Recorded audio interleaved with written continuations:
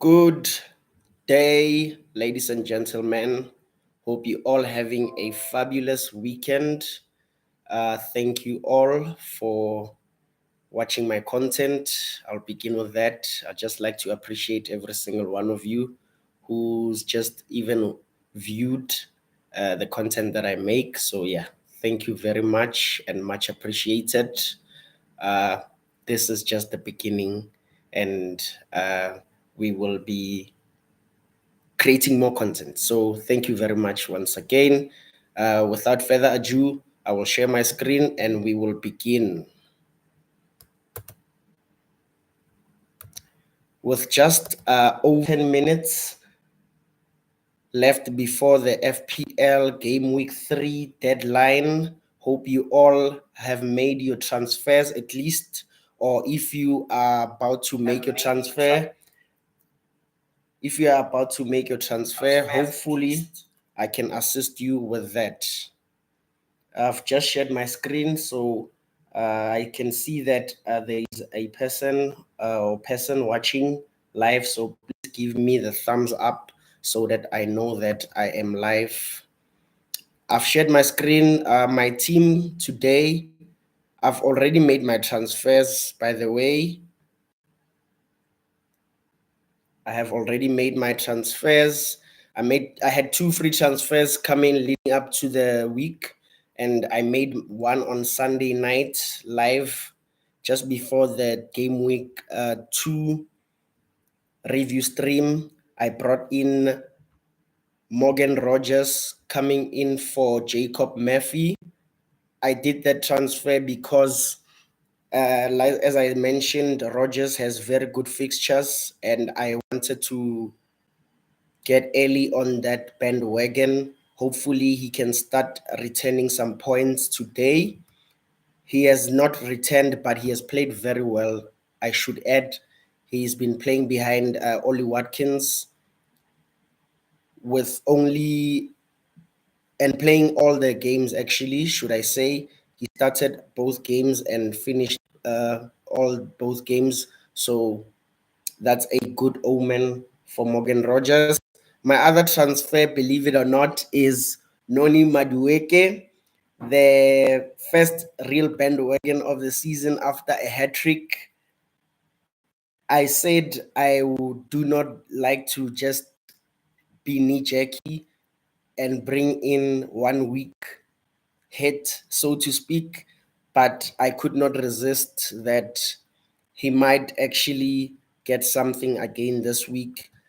I have mentioned that I am one who likes to play the fixtures over the form. I believe that fixtures do actually breed form. So with good fixtures, players are more likely to go, return, and be in form.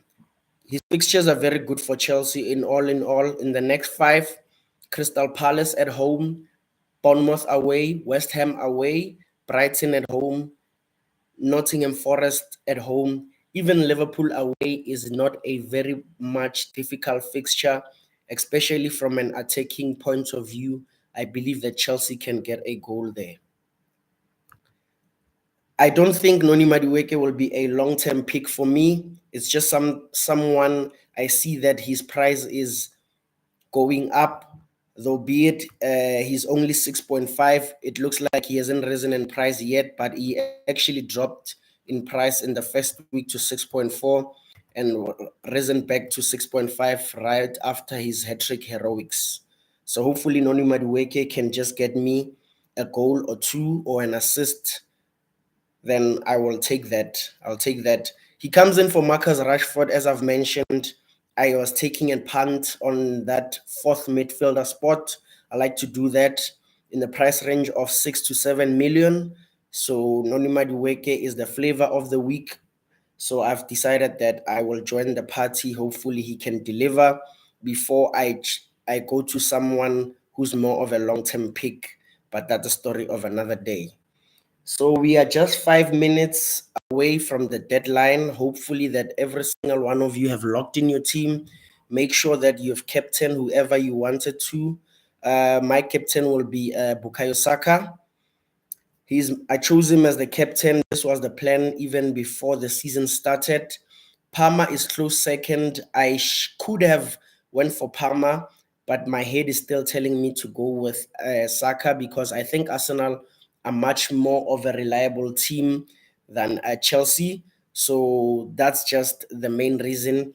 I know picking a player from an early fixture, especially like you captain them and you have three. So if Arsenal do terrible in the first game week, then it does not look good for me this weekend in terms of getting a green arrow. But I will hedge my bets and I will still go with Saka, even though he is not top two majority captain picks. I believe that Haaland will be the default pick, and Palmer is brought in by a lot of managers, so they will give him straight the armband. I'll quickly take you through my team. I have Dean Henderson in goal. Not much to say about Dean Henderson. He's been very much poor. Crystal Palace have not have had a consistent back four, so clean sheets have been non-existent. It's just a 4.5 goalkeeper. As I've mentioned before, I don't expect much. I don't think he will get a clean sheet, or I do not want him to get one because I have two attackers from Chelsea. So it's fine even if he gives me 2 or 3 points. Hopefully, he can just give me safe points, and I will take that. His next fixture is Leicester City at home, which is a much better fixture. Maybe he can eventually return a clean sheet, and United at home, whom United are very much unpredictable away from home. So you just never know. But Dean Henderson will be in my team until I play my wild card. I do not know when I'll play my wild card, but it might be after the second international break after game week 8. We'll see.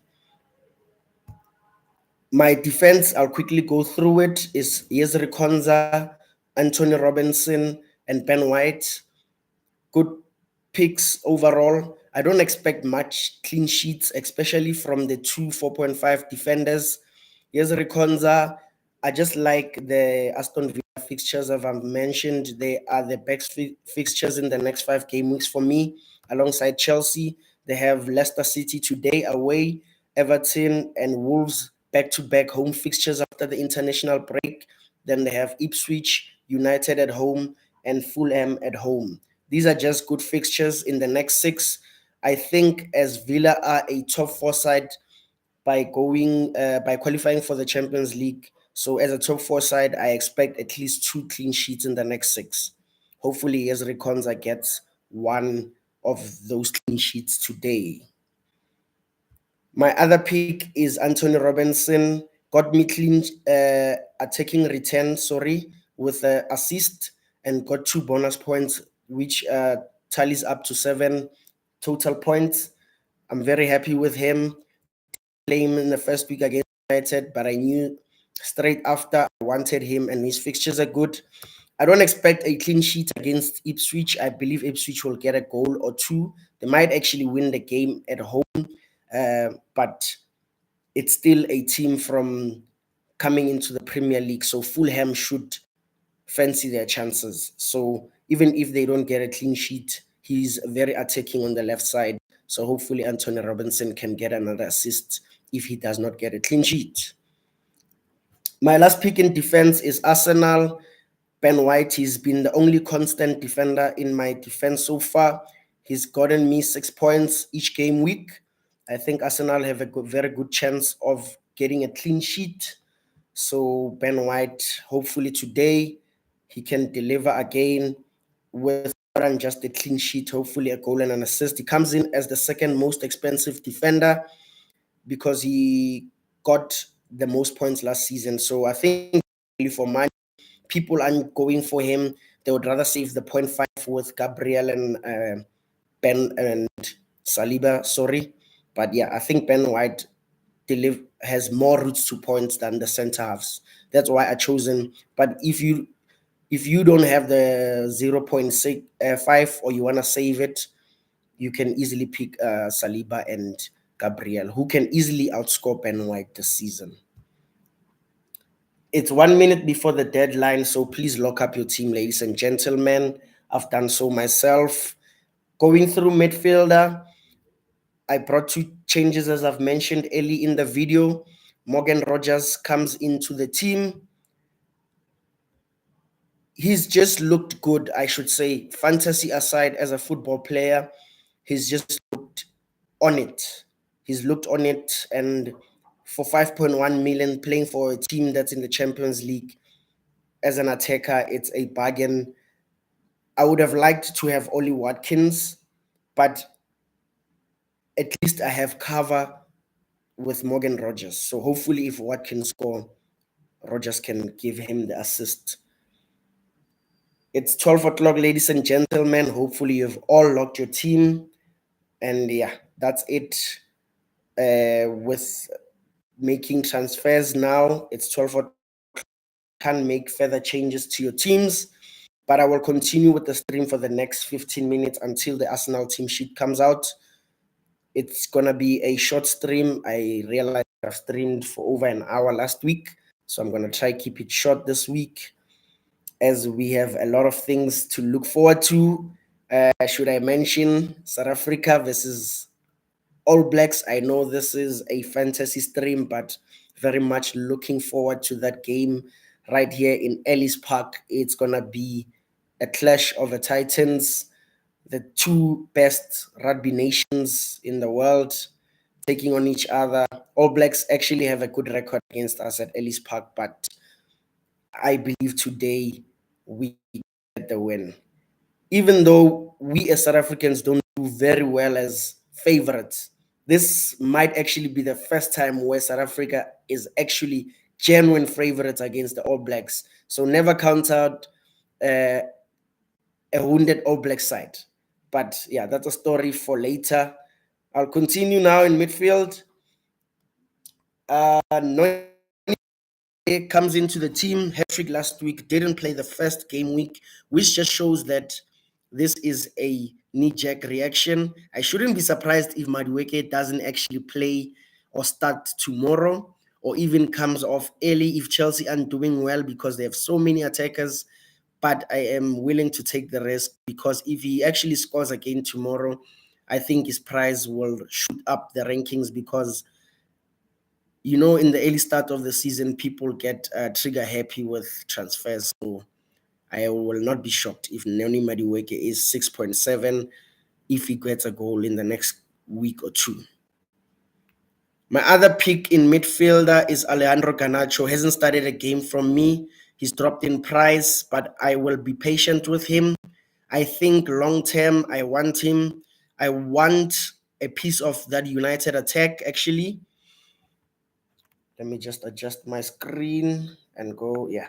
I want a bit of that United attack, because I think this season we will improve. I know I am being optimistic and I have no reason to be, but it's Ten Hag's third season. United have backed him fully.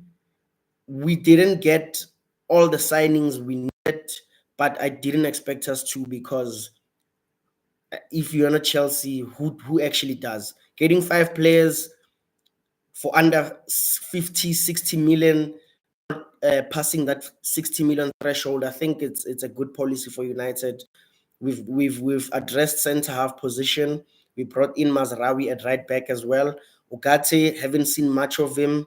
I've seen him here and there for Uruguay, so we'll just have to see. I don't think he will be eligible to play tomorrow, because he was registered after the local time 12 o'clock deadline period in England for transfers. So I don't think Ugarte. So from last week, we lost Scott McTominay and Mason Mount. So in midfield will be tight, or very few midfielders for us tomorrow. We only have Casemiro, Kobe Mainu, Bruno Eriksson, and young Tommy Collier. Garnacho, I think, comes into the team tomorrow. Rashford has been particularly bad. I didn't want to carry two United players, so I thought that Rashford is the one. Plus, he's more expensive. I think Garnacho comes in tomorrow. If it's not for Rashford, it will be for Amad Diallo. And Garnacho gets the chances, or he's always in the right places. He's just not getting the rub of the green, or you can call it bad finishing, which I will call bad finishing. I think his finishing has been poor in the last 2 weeks. He could have had easily 2 goals. He had the whole open goal to aim at, and he shot at Zexi last week. The week before, he had an open net again. He missed it. So that's why his XG actually 1.5 in the previous 2. He was expected to score at least a goal in the last 2 games, and he missed it. But I will keep the faith. Liverpool's going to be a tough fixture, but I believe that United step up for fixtures like that. Liverpool at home, I can see us getting a goal or 2.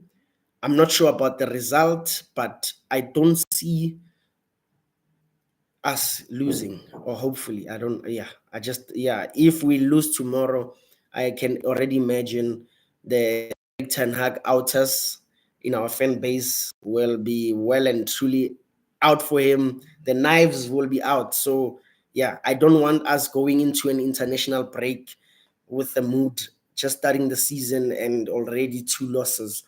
So it's a big game for us tomorrow. It's a big game, and I expect us to do well. I expect us to do well, because I think we have actually played well against Brighton. I actually stand by it. I actually thought we played better than we did in most games last season. That's all I've wanted to see. The results will come. We are not going to be consistent in terms of results. So we need to improve our style of play. If we keep that consistent, the results will be consistent as well, because we will have a way of playing, and our players will understand how to play the system that our coach requires. Even though I don't see the system winning, playing a 4-2-4 in the Premier League, or a 4-2-2-2, or a 4-2-2-2 with 2 pivots, 2 number 10s, and 2 wingers. It needs like number 6, who's very quick on the ground. Casemiro runs like he has coins in his pocket, sorry to say. He's played well this season, actually, way better than he did last season. So long may he continue that. Yeah, let's continue with the fixtures. Let me not start again with United, because once I start, I can speak about United the whole day. This is not a United stream, it's a fantasy stream. So yeah, we play Southampton after the international break. I think we can get a goal there. Garnacho, that's why I kept him. Crystal Palace, it might not be a good fixture because we lost 4-0 last year, but I think we can also get a goal. And at home against Spurs, we almost always do well. So hopefully we can keep that continuing. My last 2 picks in midfield are the premiums. Premium picks are picks that are over 10 million, I can say. And I have 2 of those in midfield, whom they went up in price this morning. Cole Palmer, I could have made him my captain. I should have actually, but I had a plan to captain SAKA in spite of what happened last week. So I am trying not to chase points, so to speak. I know that Saka's roof, or ceiling rather, is very low. He's a person who actually scores 6 to 10 points. He gets the odd goal, the odd assist consistently. That's why he's there in the total points as one of the highest point scorers in midfielder. But he's not as explosive as Palmer, whereby he gets those big figures of 18 to 25 points by getting 3 to 4 attacking returns. So I know it might not look like a good decision, but as I mentioned earlier, I trust Arsenal. I trust Arsenal attack more than I trust Chelsea. I just trust Arsenal as a team. I think they will score goals, even if Saka is not involved. But I think they'll score 3 to 4 goals. As I said, I was not too impressed by the way Brighton played last week, especially that high line. It left a lot to be desired, and United forwards were lazy there by not sticking and picking the correct moment to run. So I think with those passes from deep, Odegaard can pick up the wingers, possibly Trossard and Saka. So I'm hoping to have joy there. Saka, captain, reliable for me. Even if he gets 5 to 7 points, I'll take that. I want to make sure that my captaincy always returns. And I just trust that he will get something today. Hopefully, he can get a lot of goals. But even though he doesn't, I know he can get an assist. Very good. Penalties, and Arsenal hasn't received or gotten a penalty. His stats are actually good. Come to look at it, in the first game, he had an XGI of 1.05, which is actually not too great. But last week he had actually against Villa, granted it's a difficult fixture, 0.15 XGI, not good, but he still got an assist. But when he played at home, he got that 0.72, which means his assist XA is higher than his XG. So that means that he has more chances of assisting. His on set pieces, as I've mentioned. So yeah, I expect Saka for me to return today. So I'll be cheering up on Saka. My attack, Kai Havertz and Erling Haaland. I've not made an attacking forward yet. I haven't made a change in attack or in the forward lines yet this season. I chose Kai Havertz because I've mentioned I like to have a striker from the teams that are playing for the or challenging for the league. As you can see, it's Havertz and Haaland. I think a number 9 for Arsenal with a good attack, different source of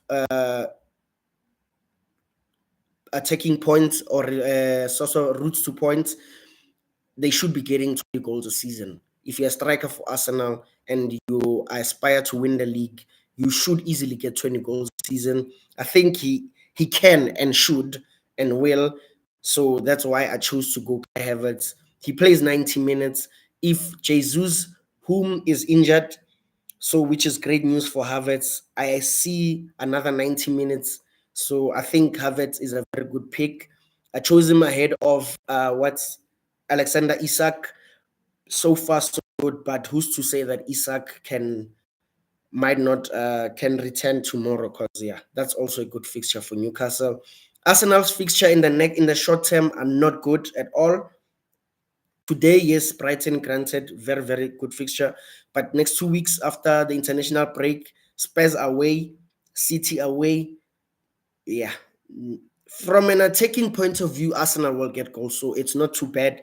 But I think I can see Spurs and City scoring there. I will decide whether I keep Havertz or not. I will see. Granted, who gets injured in the international break. But with my transfers, I was able to have 1 million in the bank and I'm going to keep that 1 million for Ollie Watkins, who's actually 9 million. So Havertz is 8 million. So I left myself with room to make that transfer ahead of game week 4. Because as I've mentioned, Villa fixtures are good, and I actually like Ollie Watkins. He actually is the best pick in Villa.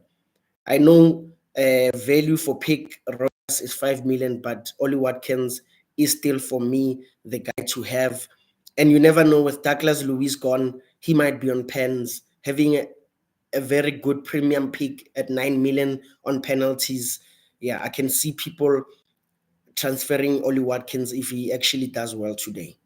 My last pick, Erling Haaland, could have easily captained him.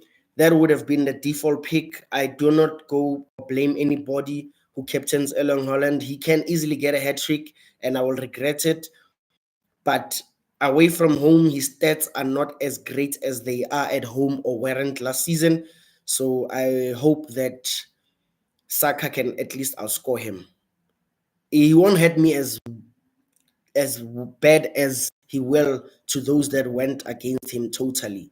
So for me, hopefully he can score a goal or two, but not too much damage, please, Erling. His fixtures are good. He will be definite captain for me. Game week 4, home to Brentford, easy captain choice. The only tough game week for me is 5 because I have Saka and Haaland and they play each other, and I do not want to captain neither of them. It can easily be a tight games as we have seen last season. These sort of boring games where they will tell us it's, defensive masterclass or a chess game. No, sort that, mate.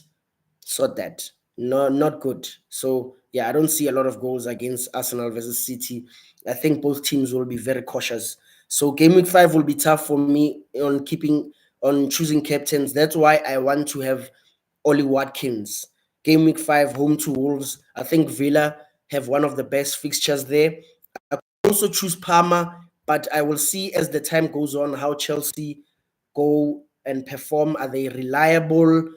How Moresca shapes up as time goes on, and whether to see if Cole Palmer is 90 minutes bulletproof and can play the 90 minutes, because I need it. I need it. As your captain, you like your captain to play every single minute, because I like to captain people on penalties, and penalties can come at any time of the day or the game. So I'd like to have the captain taking the penalty for me.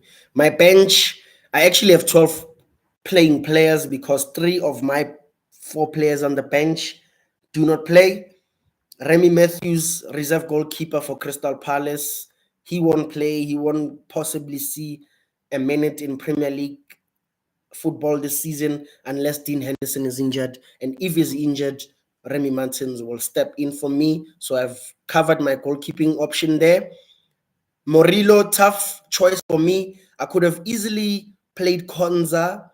I think there's actually better choice or chance of Forest keeping a clean sheet at home to Wolves, but I will hedge my bet against a relegation team. I was not impressed by Leicester City's first half, so I don't see Villa capitulating the way Spurs did in that first game against Leicester. So Villa might actually as well keep a clean sheet, and Konza can easily get a goal on set pieces, so you never know. My other 2 picks on the bench are Jared Kwanzaa for Liverpool. He's dropped in price twice. I could have easily sold him after the first week, but I wanted to have the information. It's okay. I will just swallow the price drop. I will transfer him out in the future. I was not going to play him this week nonetheless because it was Man United at home, but I was hoping to play him in game week 4 and 5. So in the near future, if I make defensive transfer, I think Gerard Panza will be the first choice. But you never know with these things. Ibu Kunate can get injured. He's very susceptible to getting injured. He has toothpick hamstring. So yeah, you just never know with him. He can easily get injured over the international break. And Jared Kwanzaa would be a 4.3 Liverpool defender with those great fixtures. He would be a very, very good bargain, and I can see people bring him back into the team. Last pick is actually Jefferson. He's not going to kick a football anymore in the Premier League this season, at least. Because why? He's transferred to Watford last night. So yeah, I literally have 12 playing players with only Morillo, my only active player. I love my 11, but my bench leaves a lot to be desired.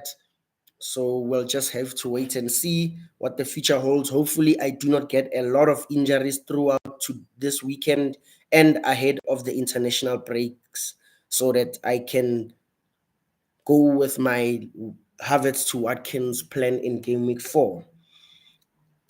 The Arsenal team news is already in, so for those who will be watching this, I can just share the team in a moment. Hopefully, all my 3 players are in the squad. You never know; these players can get sick overnight, and that's when you need your bench, because if your player does not perform, if you don't know how the rules work, you will get an auto sub, and a player from the bench will come straight into your team. But if your player from your team is on the bench and comes in, you do not get the auto sub. because the minutes are already in. Give me a second. I'm going to quickly check the Arsenal team news and give them to you. I can see Ben White on the thumbnail, so that means he starts. I have one starting player so far. The team news is as expected. David Raya, Ben White, Saliba, Gabriel, Uren Timber at left back, Thomas Partey, Declan Rice, Martin Odegaard, and the front three of Leandro Trossard, Bukayo Saka, and Kai Havertz. Looks like Trossard is the one change in for Martinelli. Sterling, of course, made the late transfer to Arsenal, not in the team, registered after the 12 o'clock deadline midday yesterday. And also, side note, there is no Reece Nelson, who also joined Fulham. So those were the news coming from Arsenal. I will go through the Brighton team sheet just in case for those that have Brighton players in your team. You might have the likes of João Pedro, Danny Welbeck, Kamaru, Mitoma.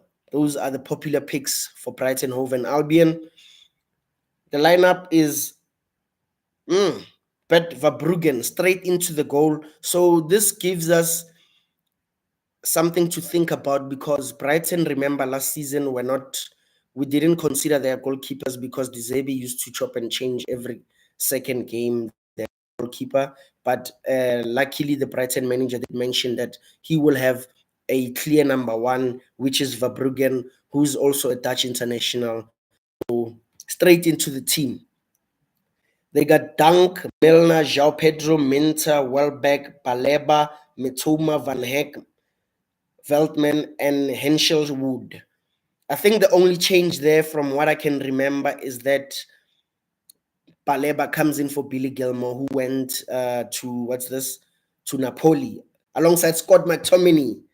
Yeah, as a United fan, I have wanted McTominay to leave. I'm actually happy as a United fan because I am happy with the transfer we made. We sold players we should sell. There's still a lot of dead wood, especially the big name players that people don't want to talk about. Marcus Rashford, even Luke Shaw, who's one of my favorite players. But it's time for those players to leave United. But we can't do those things all in one window. I expect next season very much shake-up. Big shake-up. I'll quickly go through my predictions before I leave you lot to enjoy the rest of your Saturday. First fixture, 1:30, Arsenal Brighton. My prediction for the match, I say 4-1 Arsenal. I think Brighton will actually score, but I think Arsenal will too much for them. It can easily be like a 1 or 2-0 game, because Arsenal have adopted that Man City style of play whereby they can easily control the game by just killing you or passing you to death and keeping the ball, because they trust their defense. Once they score a goal, they trust that they can defend and keep a clean sheet to get the win. But final prediction for me there is 4-1 Arsenal. Brentford, Southampton, I see a home victory here. Routine 2-1. I think Southampton look like a decent football side from what I've seen, the little I've seen against Newcastle and last week against Nottingham Forest. But they look like they lack firepower. So they look like they won't concede a whole lot of goals at the back, but I don't see them scoring a whole lot as well. So if you have Mbumo and Visa, I think this is a great week for Brentford attackers. So yeah, good luck for that. Everton versus Bournemouth. Everton always start like this. I said, I think in my first ever video, that there's just this feeling, or that Everton Football Club just will never get relegated. They are just anointed to not get relegated. So I believe they'll get their act together. Last season at Goodison Park, they cannot afford to get a relegation while they're moving to the stadium. So I don't think that will happen. I think they have those results where they will beat teams that we do not expect. like randomly when you can hear that Everton went away to Spurs and won, or out to Newcastle. I don't think anybody will be surprised in the future when we see that. That's why I think they will stay up, and they have Sean Dyche, very experienced back four. They know how to get the job done. But with all that being said, I can see this one being a 1-1 draw. I think Bournemouth, decent club. They sold Solanke, signed Emilson up front. Yet to start, but I think we'll start today. I can see both teams shaking hands on taking the points before the international break. Next fixture, Ipswich versus Fulham. Ipswich fans will tell you that their season starts today because they played Liverpool and City. They didn't expect to win either of those games. So now the season starts home to Fulham. I'm sure the crowd will be buzzing there. Fulham got their first win last week. Very decent side as well. They have good players in midfield, but as well up front, not very potent. Muniz, I see, is very popular amongst my mini leagues. So I think he can get a goal or two, as well as Smith Rowe. So those are very good picks. My prediction here, I think we'll say 2-1 Fulham. I think Ipswich score first, but Fulham come back and win the game.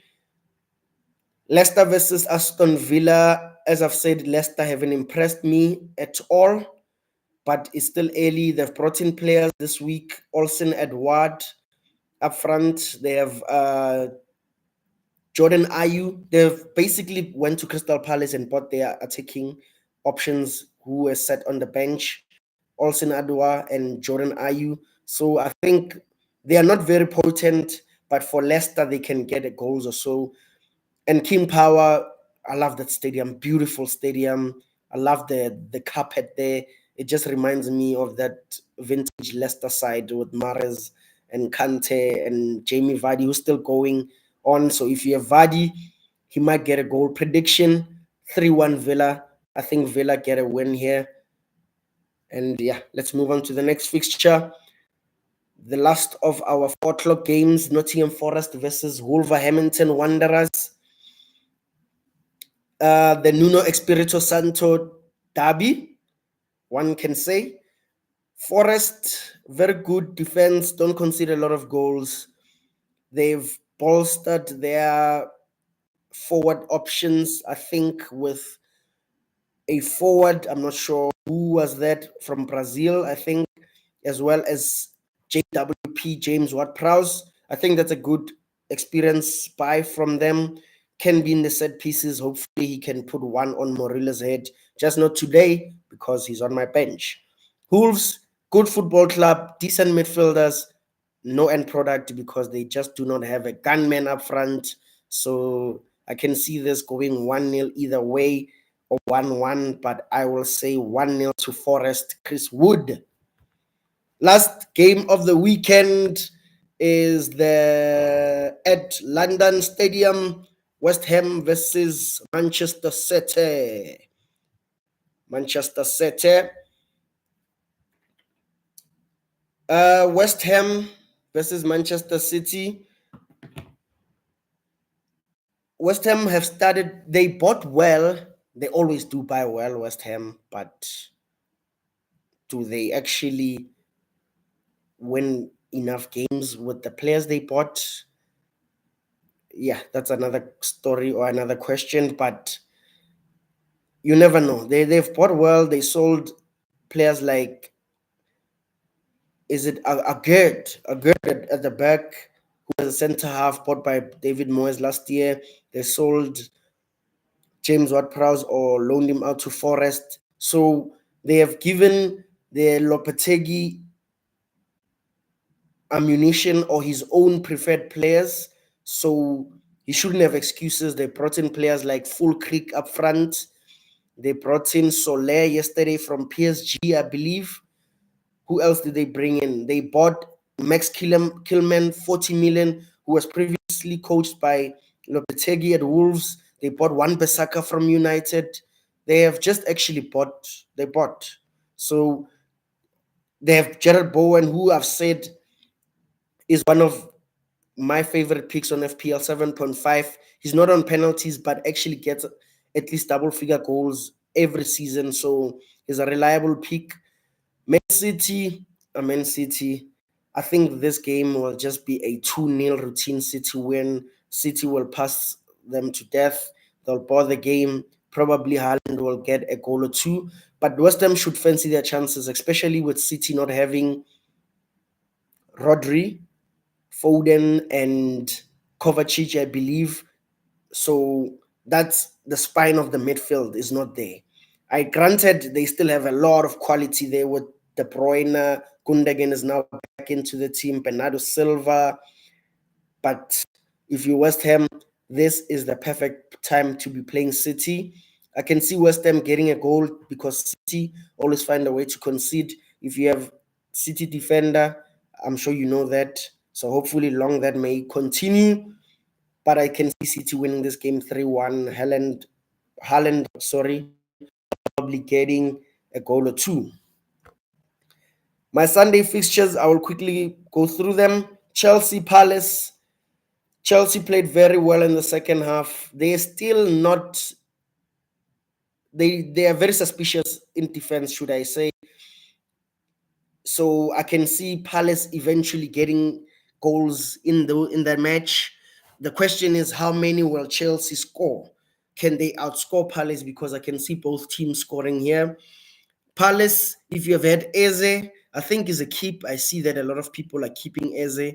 He's been desperately unlucky by not getting returns. He had a goal incorrectly ruled out by the ref because he blew the whistle before the ball went into the net, so he could not overrule his decision. So I can eventually see Eze finally getting into the points. So I think this game can be like a 3-1 Chelsea. I can't bet against Chelsea after they scored 6. I just think they have too many attacking quality. They brought in Jadon Sancho as well. That's why my pick for GAMEWEEK is looking like it's a short-term pick, because I think Cole Palmer is the only nailed attacker in the team, because they have almost 3 players for every position. Pedro Neto didn't even play during the week. So is Joao Felix. So you expect those players to come into the team, as well as Palmer didn't play during the week as well. Nicholas Jackson was not starting as well. So it's just a lot of players to fit into 4 positions. So it will be a headache, but hopefully GAMEWEEK and Palmer start tomorrow and they continue the returns, and it's hard for Maresca to drop them. So I will go 3-1 Chelsea. The demolition derby, most would say Newcastle Spurs. I should just be saying 5-0 Newcastle and moving on to the next fixture. But football is not played on history or on paper. Newcastle normally bet Spurs at St. James's Park. I think it's 9-0 in the past 2 seasons. They beat them 5-0 last season. I had Anthony Gordon. I think he returned with 18 points last year.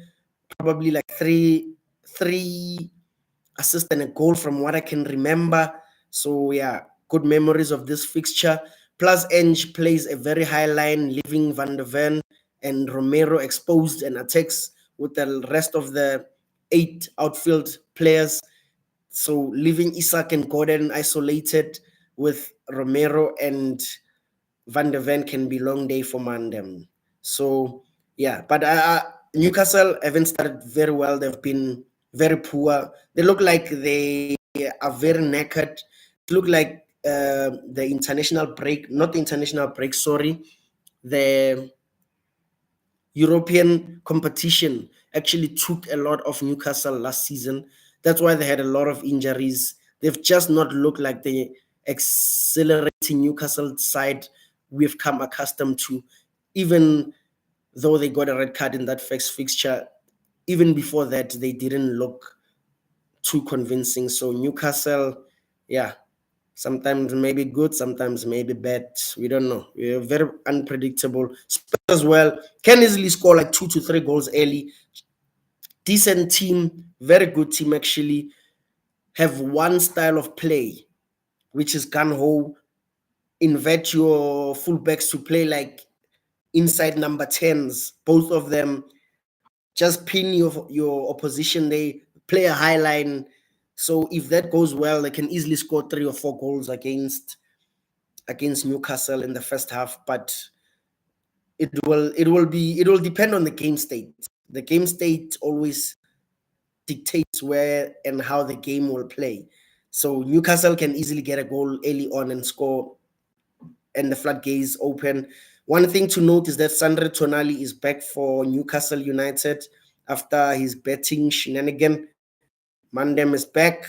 Now he can finally do what he loves to do. And yeah, good luck to him. Good to see him back. Hopefully he can learn from his mistakes. And yeah, I can see him coming off the bench. Prediction, I will sit on the fence for this. I say 2 Newcastle and 2 Tottenham Hotspur. Fixture of the weekend, the biggest fixture in England, the biggest derby in world football. Forget the Soweto derby, Derby de la Madonnina, El Clasico, whatever you name it. This is the biggest rivalry in world football. Manchester United versus Liverpool. It does not get any bigger than that. Granted, the past however many years I've watched this fixture, the other team has always been on top. When I grew up, Man United was the team to beat, and in the past decade under Klopp, Liverpool have been a little bit of a juggernaut. So it's not always been two giants facing each other. Hence why it does not have that big title decider tension that Arsenal and City are trying to build between them. But the fixture itself is still massive. I'll touch up on Liverpool first. Very good 2 games, but let's not get carried away. They played relegation side in Ipswich. They looked bang average in the first half, took over in the second half, then bullied Ipswich and won 2-0. Last week as well, I thought Brentford started off well. Then SAKA punch from Luis Diaz, and Liverpool eventually grew into the match and controlled the game and deservedly won the game. But it's only Ipswich versus Brentford. So let's not get carried away. Let's see what Arne Slot can do at OT. Let's see what the ball, what's it? Bolliandur, yeah, Baldy, yeah, whatever it is. Both of them, they're bald. I love the balls. Call it whatever you want. Put it in the chat. Tell me what we can call this derby. Baldinho. Okay, yeah, whatever. Liverpool, yeah, as I said, they have good attacking. They bought Chiesa, so that's more stress on the attack. That's why I didn't go anywhere. The Liverpool attack, especially with Nunes and Gakpo coming off international duty. Now they are getting their match rhythm. I can see rotation there. I think Salah is the only one in the front 3. And if you want Salah, you got to pay the premium price. I want Salah, but I cannot have them all. And I certainly would not drop Haaland for Salah. So that's why I just don't have him. But if you have Salah and Haaland and everyone else, well done to you for making it work. As for United, I've spoken much about them in the beginning of the video. But yes, round up, we've signed 5 players. Lenny Yoro, Ugarte, Yoro, Ugarte, Mazraoui, De Ligt, and Zexi. 5 good signings, type of signings that I have wanted as a United fan, not star power names. Sometimes you need to sign players who still have something to prove. Yoro was what we call an opportunity. I believe I've never seen the kid play, but Madrid wanted him. We had to pay premium price to get him off the hands of Madrid because Madrid weren't willing to pay the 50-odd million we paid for him. But we're still going to have to see him play when he's back from injury. De Ligt, he's played for big clubs, Ajax, Juventus, Bayern, and now United. He was touted to be one of the best halves in the world in the future, but yeah, it's been downhill ever since from there. I hear people say he was benched for Eric Dyer, which is a lie. People don't actually watch football. He was actually playing a lot of games last year, Bayern had to sell someone. United got into his ear. Ten Hag is there, his former coach. And yeah, it's just a new challenge. Hopefully it will work out for us. I have faith in that signing as well. At first I was skeptical, but now I think it's a good signing in hindsight.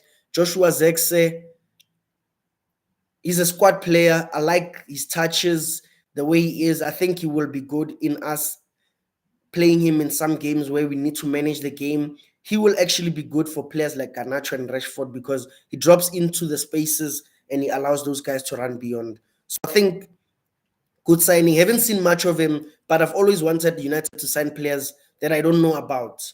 I want to be pleasantly surprised. Back in the day, we used to sign a left back who I'd never heard of and a centre half. Then later through the years, Patrice Evra, Nemanja Vidic, star power.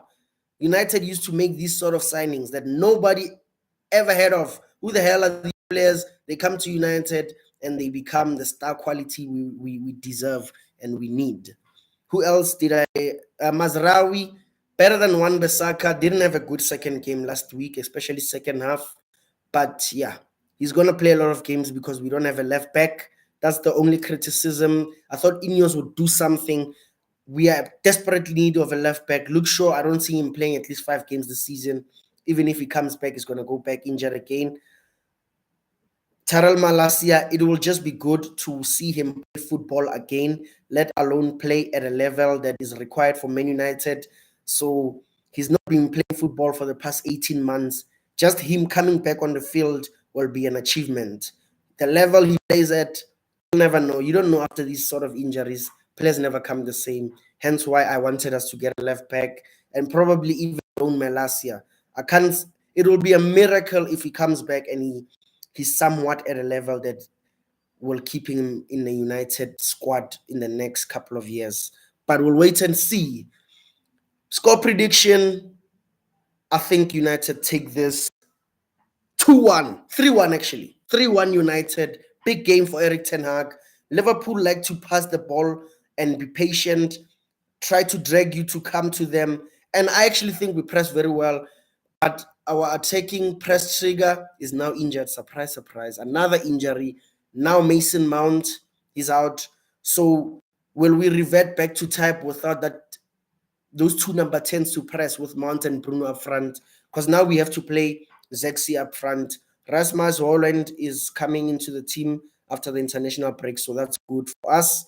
So yeah, it's going to be a good weekend. Hopefully, I'll check you all tomorrow after the last game for the review stream. As always, we are here, ladies and gentlemen. I can only see there's 2 people watching live, but I appreciate that. I am so glad I started my channel. I promise I'll be consistent and the channel will improve in terms of the quality. I'm still improving my setup and all those good stuff. So we're not going anywhere. Don't go anywhere. We're only just getting started, ladies and gentlemen. So once again, if you enjoy my content, like the video, subscribe to the channel, hit the notification button on the bottom right hand corner. And go Springboks, please. I can't wait for that game as well. It's going to be a beautiful weekend. See you on the next one. Peace.